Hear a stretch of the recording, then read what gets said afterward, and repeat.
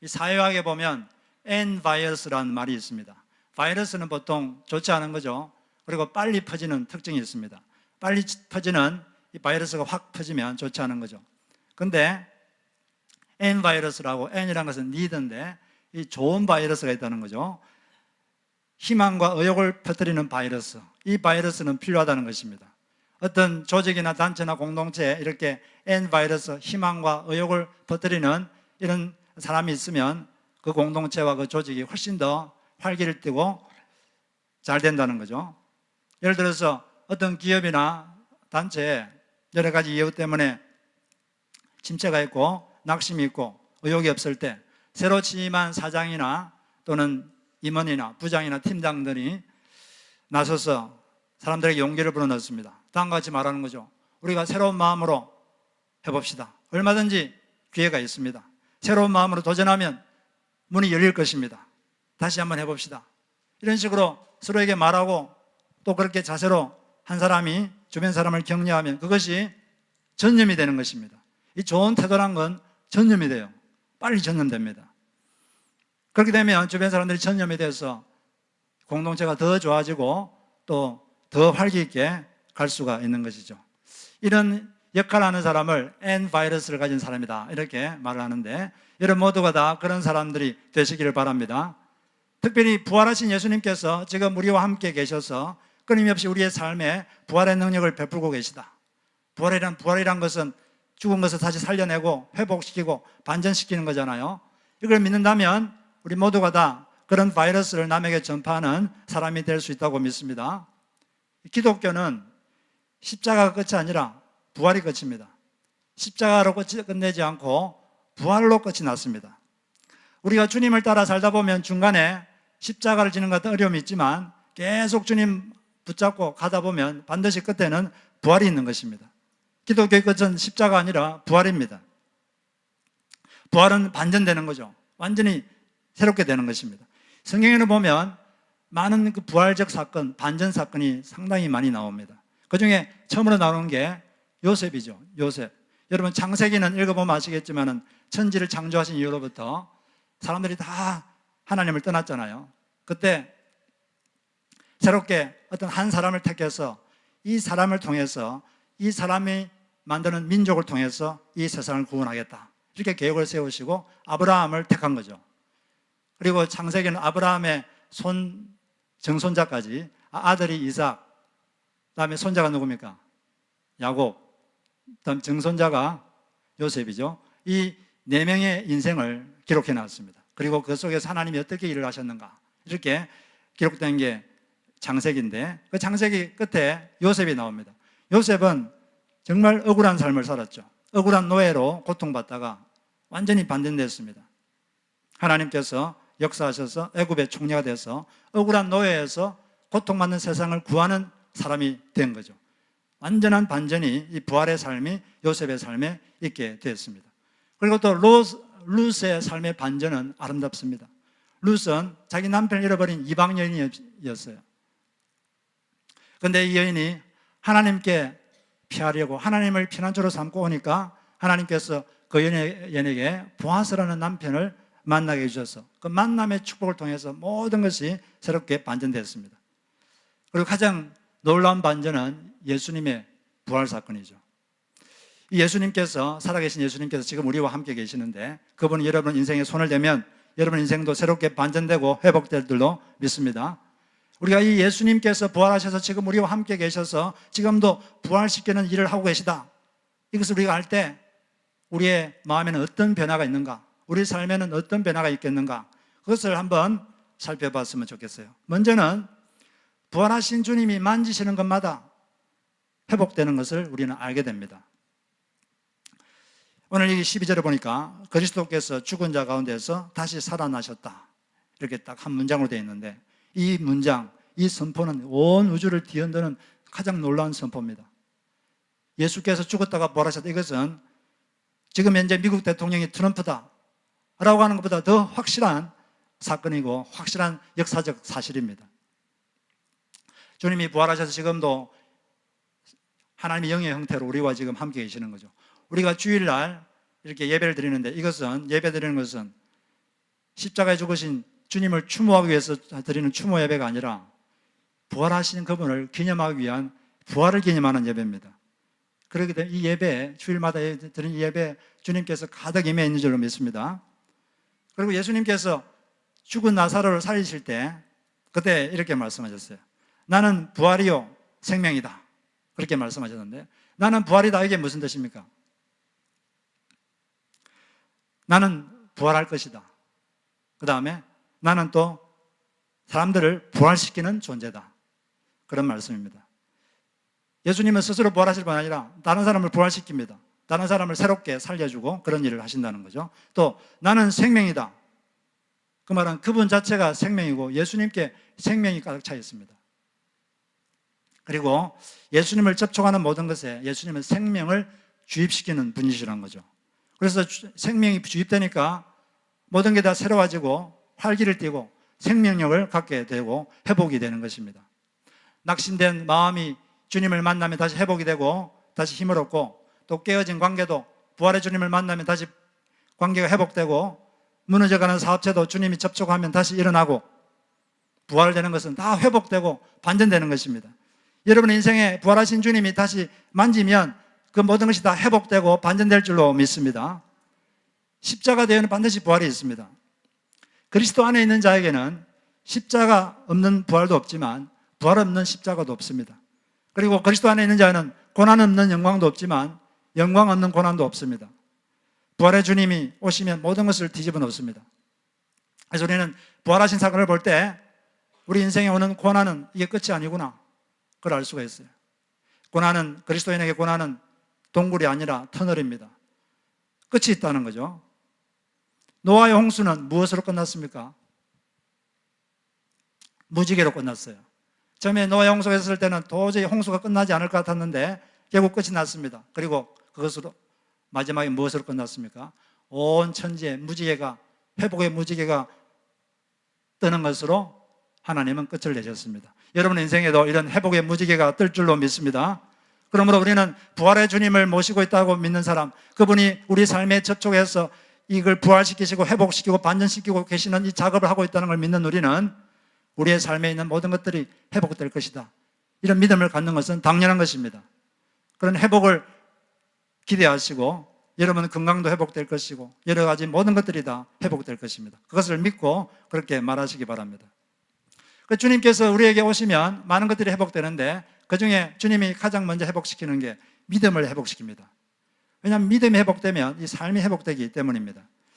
예수님께서 부활하신 다음에 처음으로 그 믿음을 회복시킨 그 사건이 나오는데, 요한복음 21장에 보면 제자들 7명이 갈릴리 호수에서 고기를 잡고 있었습니다. 밤새도록 고기를 잡았는데 한 마리도 잡지를 못했어요. 그때 주님께서 그들에게 이렇게 말했습니다. 그물을 배 오른편에 던져보아라. 이 말씀은 오른편이 왼편보다 더 많다는 그런 의미도 있겠지만 그것보다는 내 말을 믿고 한번 시도해봐라, 그 말이죠. 지금 현재 베드로는 실패를 경험한 사람입니다. 저는 절대로 예수님을 버리지 않겠습니다, 이렇게 굳게 맹세했는데 보기 좋게 3번이나 그걸 부인하고 믿음이 많이 떨어진 상태예요. 이렇게 믿음이 떨어진 이 베드로와 그 제자들에게 오셔가지고 주님께서 말씀하신 거죠.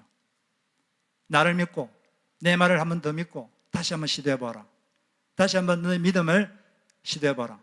그래서 그 믿음으로 시도해봤을 때 믿음 말씀대로 하니까 이렇게 되는구나. 그래서 다시 한번 믿음을 회복하고 다시 예수님을 따르는 그런 삶을 살게 된 것입니다. 믿음으로 살아야 될 사람이 믿음을 떠나면 실패밖에 없습니다. 주님과 함께 살아야 될 사람이 주님을 떠나면 거듭 실패하게 됩니다. 외적으로 성공하더라도 인생은 더 비참하게 됩니다. 그래서 워렌 위어스업이라는 분은 이런 말씀하셨는데, 하나님을 떠나서 일하는 사람은 비참하게 실패하든지 아니면 더욱 비참하게 성공할 것이다. 결국 성공하든지 실패하든지 하나님을 떠나면 그 인생이 결국 하나님 앞에서 힘들어진다는 것입니다. 그런데 왜 예수님께서 왜 이 갈릴리 호수에서 제자들을 만났겠습니까? 그곳에서 이 첫사랑을 했기 때문이죠. 제자들이 지금 첫사랑을 잃어버렸거든요. 그걸 회복시켜 주시려고 다시 갈릴리 바닷가에 오셔서 그들을 만나 주시고 그들의 믿음을 회복시켜 주시고 그들의 마음을 다시 뜨겁게 해주셨습니다. 우리 교회가 그런 갈릴리를 체험하는 첫사랑을 회복하고 다시 믿음을 새롭게 하고 그렇게 되는 그런 교회가 되기를 바랍니다. 이 부활하신 예수님을 만나가지고 인생이 새롭게 회복되고 새롭게 변화된 사람들이 많은데 그 중에 이전에 60, 70년대에 상당히 한국에서 유명했던 한 분이 계시죠. 오혜령 씨인데 이분은 희곡 작가로 배우로 방송인으로 또 수필 작가로 아주 유명한 사람이었습니다. 그런데 이분이 30대 젊은 나이에 위와 암파선에 암이 생겼어요. 그리고 3개월 시한부 인생을 판정을 받았습니다. 이분이 매일 달력의 날짜를 빨간 색연필로 지어가면서 죽음의 날을 기다렸습니다. 물만 먹어도 토하고 혈변을 보는 고통의 나날이 계속되었습니다. 그런데 예정된 날짜, 원래 죽기로 된 날짜가 며칠 지난 어느 날 그에게 꽃 배달이 왔습니다. 그러니까 카드가 있었는데 카드에 희망을 버리지 말라는 카드와 함께 누군가가 100합 50송이를 보냈어요. 근데 그 꽃을 바라보고 있는 바로 그 순간 뭔가 보이지 않는 손, 강력한 손이 그분을 강하게 사로잡는다는 느낌을 받은과 동시에 그 꽃에 자기 얼굴을 파묻었습니다. 그리고 정신을 잃었어요. 근데 그때 예수님께서 강력하게 그 여인을 임재하신 거죠. 그 순간에 그분이 주님을 만났어요. 그때부터 이분은 6개월 동안 계속 회개했습니다. 회개형이 부어져서 6개월 동안 계속 하나님 앞에 하나님을 떠나서 살았던 죄를 회개하면서 그렇게 회개만 하다가 사셨어요. 그런데 그렇게 회개하고 있는 도중에 그 임파선의 암과 위의 암덩어리가 다 없어지고 배에 찼던 복수도 다 없어져서 기적적인 치유를 체험했습니다. 그분이 나중에 자기 새로운 인생을 덤으로 살고 있다 그러면서 시를 하나 지었는데 이것이 당신 없는 인생은 빈 그물입니다. 이런 글을 적었어요. 그 글이 이렇습니다. 당신 없는 생의 호수에 그물을 던지고 물고기가 잡히기를 바랐던 지난 나날들은 죽은 시간이었습니다. 오 주님, 이제 당신께서 그물을 채워주소서. 그러면 저는 비로소 살 것입니다. 인생의 가장자리에 서 계신 부활의 주님, 당신 없이 한평생 수고해 보아야 우리 인생은 빈 그물입니다. 우리가 하나님 없이 열심히 해보지만 그것은 죽은 시간이라는 것이죠. 우리 인생은 오직 주님께서 채워야 되는 것입니다. 주님 앞에 나갈 때 주님께서 우리 인생을 채워주시는 거죠.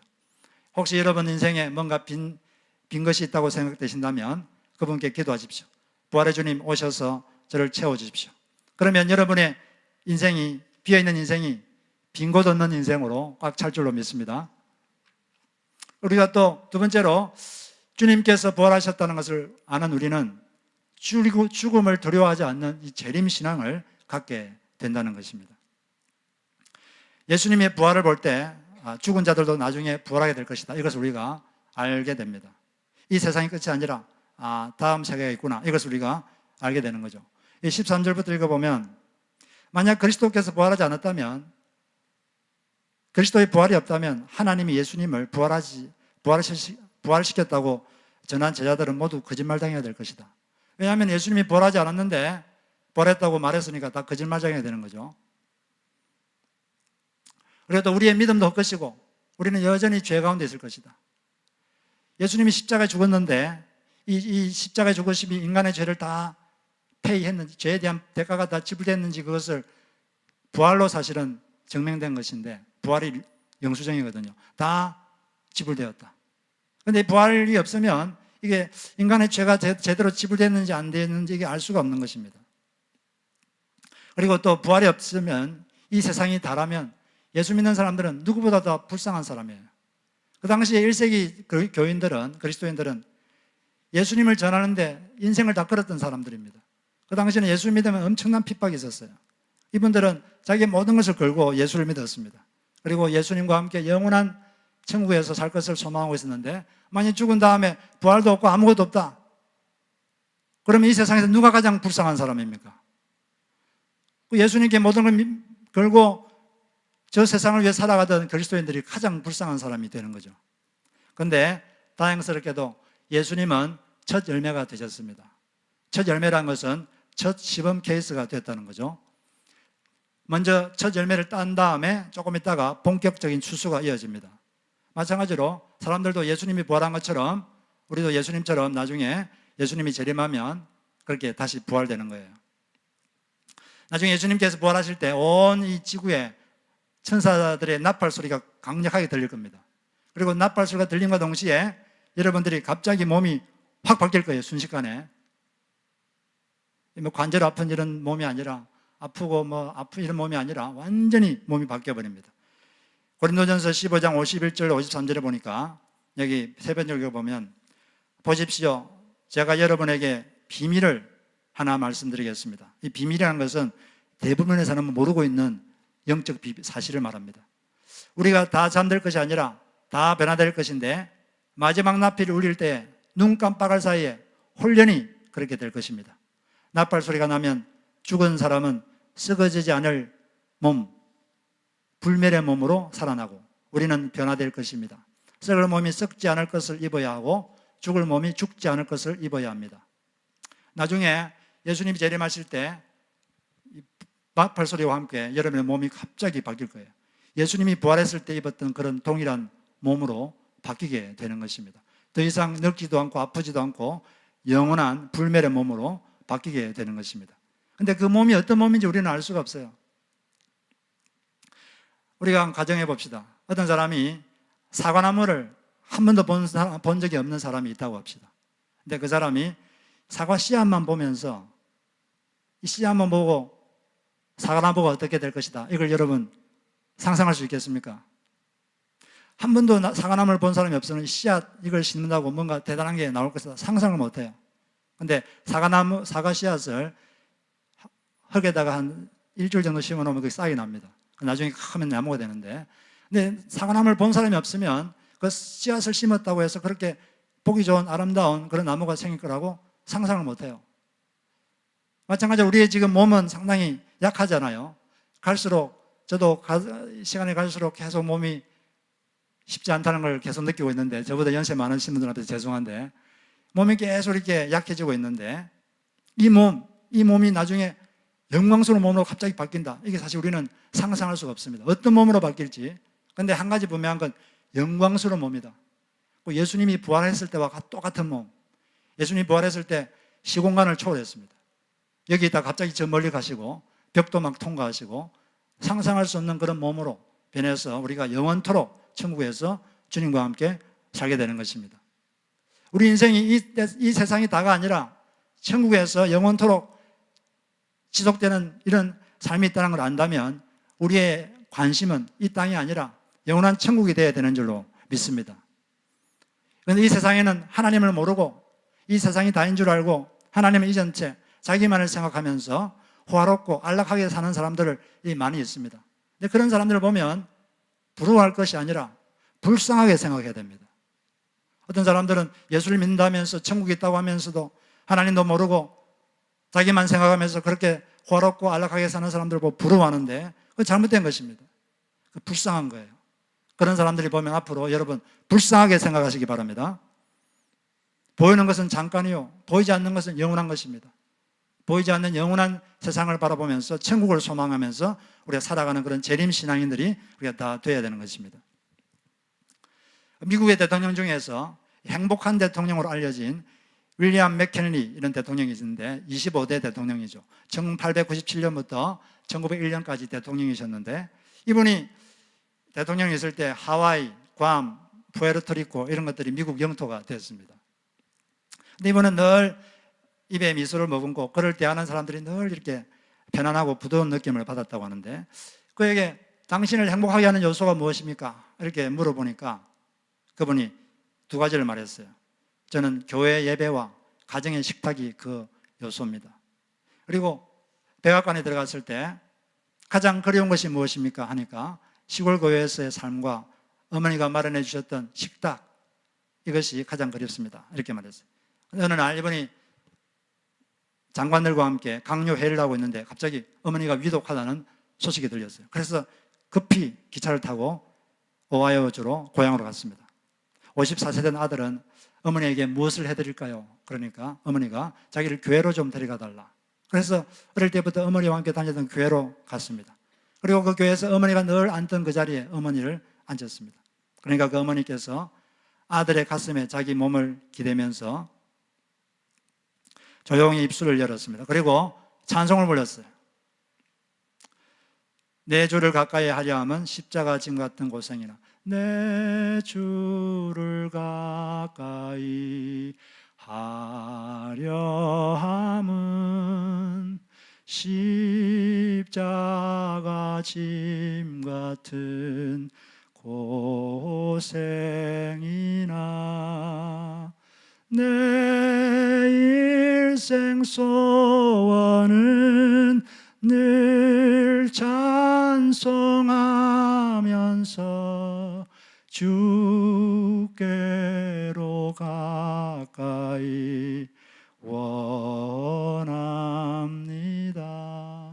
주께로 나가기 원합니다. 이렇게 찬송 부르면서 아들 품에서 돌아가셔서 천국으로 가셨습니다. 여러분들도 나중에 아들 품에 안겨서 찬송 부르면서 천국 가면 좋겠죠? 아들 없는 분들은 죄송합니다. 그런데 몇 년 후에 이 맥케니 대통령이 무정부주의자인 레온 철고처에서 총에 맞았습니다. 그리고 병원에 입원해 있는데 그때도 늘 이분은 부드러운 미소와 편안한 표정으로 사람들을 맞이했습니다. 그리고 총상으로 고통스러워하면서 그분이 어느 순간에 빙그레 웃었어요. 왜 그러시냐 그러니까 이제 어머니 계신 천국으로 갑니다. 그러면서 이분도 입을 벌려서 그때 찬송을 부르면서 찬송을 불렀어요. 어머니가 불렀던 똑같은 찬송을 불렀습니다. 그 병원에서 내 주를 가까이 하려 하면 십자가 짐 같은 고생이나 내 일생 소원이 늘 찬송하면서 주께로 나가기 원합니다. 그러면서 이 찬송가를 부르면서 주님의 품에 안겼습니다. 그리고 그가 그렇게 그리워하던 천국으로 갔습니다. 여러분, 이 세상이 끝이 아닙니다. 죽은 다음에는 더 찬란한 곳, 더 안락한 곳, 더 화려한 곳, 그런 곳에 우리가 가게 됩니다. 우리가 이게 천국을 믿는다면 이 세상에다 소망 두지 말고 영원한 세상, 영원한 가치에 소망 두시고 천국을 그리워하면서 이 땅을 여러분 사시게 되는 것입니다. 그런 인생 다 되시기를 주의 이름으로 축복합니다. 그리고 이렇게 부활하신 주님, 이분이 살아서 지금도 일하고 계시다, 이것을 믿는 분은 이 부활하신 예수, 이 예수님이 하나님이시다, 그리고 이분이 유일한 구원자이시다, 이것을 전하면서 이 땅을 사는 것입니다. 이 사도행전을 보면 제자들이 예수님이 승천하신 다음에 다니면서 전했던 메시지는 아주 단순했습니다. 예수께서 부활하셨습니다. 이 부활하신 이분이 하나님이십니다. 이분만이 유일한 구원자이십니다. 여러분들이 회개하고 이분을 믿으면 구원받습니다. 이 메시지를 계속 전했습니다. 사도행전 1장에 보면 예수를 배반한 가룟 유다가 죽었잖아요. 그래서 인원을 충분하기 위해서 한 명을 더 뽑았어요. 근데 이걸 뽑을 때 뽑는 이유를 다음과 같이 베드로가 말을 했습니다. 그러므로 주 예수께서 우리와 함께 지내시는 동안에 곧 요한이 세례를 주던 때로부터 시작해서 예수께서 우리를 떠나 하늘로 올라가신 날까지 늘 우리와 함께 다닌 사람들 가운데 하나를 뽑아서 우리와 더불어 부활의 증인으로 삼아야 할 것입니다. 왜 뽑았습니까? 부활의 증인으로 삼기 위해서. 예수님이 부활하셨습니다. 이분이 하나님이십니다. 이분이 유일한 구원자입니다. 이걸 전하기 위해서 그렇게 했다는 것입니다. 그리고 그들은 계속 예수님을 전했습니다. 그런데 전하다가 종교 지도자들이 이들을 핍박하고 능욕을 했습니다. 그런데 그들은 예수님 때문에 능욕받을 수 있는 자격을 가지게 된 것에 대해서 기뻐했습니다. 사도행전 5장에 보니까 종교 지도자들이 모여가지고 그들을 위협하고 신문하고 고문하면서 다시는 예수 이름을 전하지 말라. 그러니까 사도들이 말했어요. 우리가 눈으로 보고 들은 것을 전하지 않을 수가 없습니다. 그리고 사람에게 복종하는 것보다 하나님께 복종하는 것이 마땅합니다. 그렇게 말했어요. 그러니까 그들은 사도들을 불러다가 많이 때린 뒤에 5장 40절, 42절 보면 예수 이름으로 말하지 말라고 명령하고서 놓아주었다. 사도들은 예수 이름 때문에 모욕을 당할 수 있는 자격을 얻게 된 것을 기뻐하면서 의회에서 물러나왔다. 그들은 날마다 성전에서 그리고 이 집 저 집에서 쉬지 않고 가르치고 예수가 그리스도임을 전하였다. 이들이 예수님을 전했는데 그러면서 많은 핍박이 있었습니다. 고난이 있었고 고통이 있었는데, 근데 이들은 예수님 때문에, 예수님 이름 때문에 모욕을 당할 수 있는 자격을 얻게 된 것을 기뻐하셨어요. 우리가 예수를 믿는 것은 축복을 받기 위해서 믿는 것도 있지만 또 고난을 받기 위해서 믿는 것도 있습니다. 하나님께서 우리에게 은혜를 주셔서 예수를 믿게 되는 이 두 가지 이유가 있어요. 그래서 빌립보서 1장 29절에는 이렇게 말하고 있는데, 그리스도를 위하여 너에게 은혜를 주신 이유는 다만 그를 믿을 뿐 아니라 또한 그를 위하여 고난도 받게 하려 함이라. 예수를 믿는 은혜를 주신 이유가 뭐라고 그랬어요? 첫째는 그를 믿음으로써 여러 가지 축복을 받도록 하기 위해서 그렇게 하셨다고 그랬어요. 여러분, 예수님 믿으면 많은 축복을 받습니다. 요한복음 1장 16절에 보니까 우리가 다 예수 그리스도의 충만한 데서 받으니 은혜 위에 은혜더라, 축복 위에 축복이더라. 한번 여러분 복음서를 읽어보십시오. 예수님을 주변에서 사람들이 얼마나 많은 축복을 받았습니까? 그들은 알지 못했던 놀라운 진리를 알게 되었고, 그들의 인생의 목적이 새롭게 변했고, 또 수많은 병든 자들이 고침을 받았습니다. 그리고 악령 들린 사람들도 다 고침을 받았고, 예수님 옆에 있는 사람들이 엄청난 축복을 받았어요. 지금도 예수님은 여러분의 기도를 들으시고 수많은 축복을 내리고 있는 줄로 믿습니다.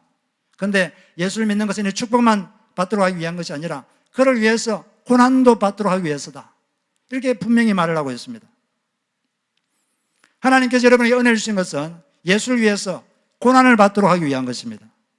고난이 뭡니까? 고생입니다. 불편함입니다. 우리는 예수님 때문에 당하는 고생이 있습니까? 여러분들은 예수님 때문에 당하는 불편함을 갖고 있습니까?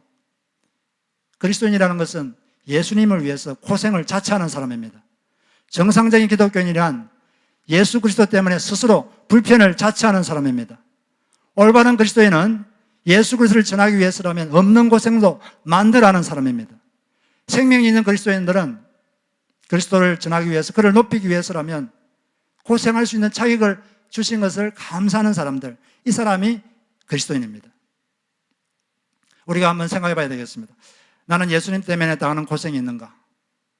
사람들은 다른 것을 위해서라면, 자기가 생각에 아주 가치 있다고 생각하는 걸 얻기 위해서라면 고생을 절대 마다하지 않습니다. 잠도 잘 자지 않고 불편함도 절대 마다하지 않아요. 왜? 그걸 얻으니까. 그런데 우리가 예수를 위해서 당하는 고생, 불편이 있다면 그걸 손사래치면서 거절하고 있지는 않습니까? 만약 그렇다면 우리가 그걸 생각해 봐야 돼요. 예수님 때문에 당하는 고생이 없다면, 예수님 때문에 당하는 불편함이 없다면 뭔가가 잘못된 것입니다. 왜냐하면 하나님께서 우리를 위해서 우리에게 구원을 주시고 우리를 구원하신 이유는 그를 위해서 고난도 받도록 하기 위해서다, 이렇게 분명히 성경에서 말하고 있기 때문입니다. 그래서 만약 여러분 인생 가운데 예수님 때문에 자발적으로 받는 불편함, 자발적으로 받는 고생, 자발적으로 받는 마음고생, 부담스러움, 이런 게 없다면 생각을 해봐야 됩니다. 왜 나에게는 그런 게 없을까? 왜 나에게는 예수님 때문에 모욕당하는 특권을 나는 누릴 수 없는가? 이걸 우리는 고민해 봐야 됩니다. 고민하시고 그 중에 한 가지를 선택하셔서 그걸 하시기를 바랍니다. 우리가 지금 새생명 축제를 앞두고 있습니다. 4개월 후에 있는데, 그때 그러기 위해서 우리는 예수님에 대해서 다른 사람에게 이야기를 해야 될 것이고, 또 그런 관심으로 사람들을 만나야 됩니다. 그리고 사람들의 마음을 얻으려면 그들을 섬겨야 됩니다. 그런데 거기에는 고생이 따릅니다. 거기에는 수고가 따릅니다. 거기에는 불편함이 따릅니다. 돈도 듭니다. 시간도 듭니다. 힘도 듭니다. 마음고생도 할 수 있습니다. 거절감을 경험할 수도 있습니다. 기분 나쁨을 경험할 수도 있습니다. 쑥스러움을 경험할 수도 있습니다. 창피함도 경험할 수 있습니다. 모욕도 당할 수 있습니다. 그렇다면 다 겪으십시오. 그걸 겪으시기 바랍니다. 복음을 위하여 고난을 받으라. 이것이 성서의 선언입니다. 예수를 위하여 고난을 받으라. 예수를 위하여 고생하라. 예수를 위하여 불편함을 겪어라. 그것이 정상적인 그리스도인의 삶인 것입니다. 그래서 우리는 예수 그리스도를 전하고 그분을 높이고 그분을 위해서 고난받는 삶을 살도록 부름받았다는 것을 아시고, 여러분 인생에 그런 것이 있다면 기쁘게 감사하게 받아들이시고, 이런 예수님 때문에 내가 이런 고생을 할 수 있는 특권을 주셔서 감사합니다. 감사기도 드리시기 바랍니다. 그리고 이 부활하신 예수님, 그분이 하나님이시고 그분이 유일한 구원자라는 것을 만나는 사람마다 전하면서 사시는 정상적인 그리스도인들이 되시기를 주님의 이름으로 부탁드립니다.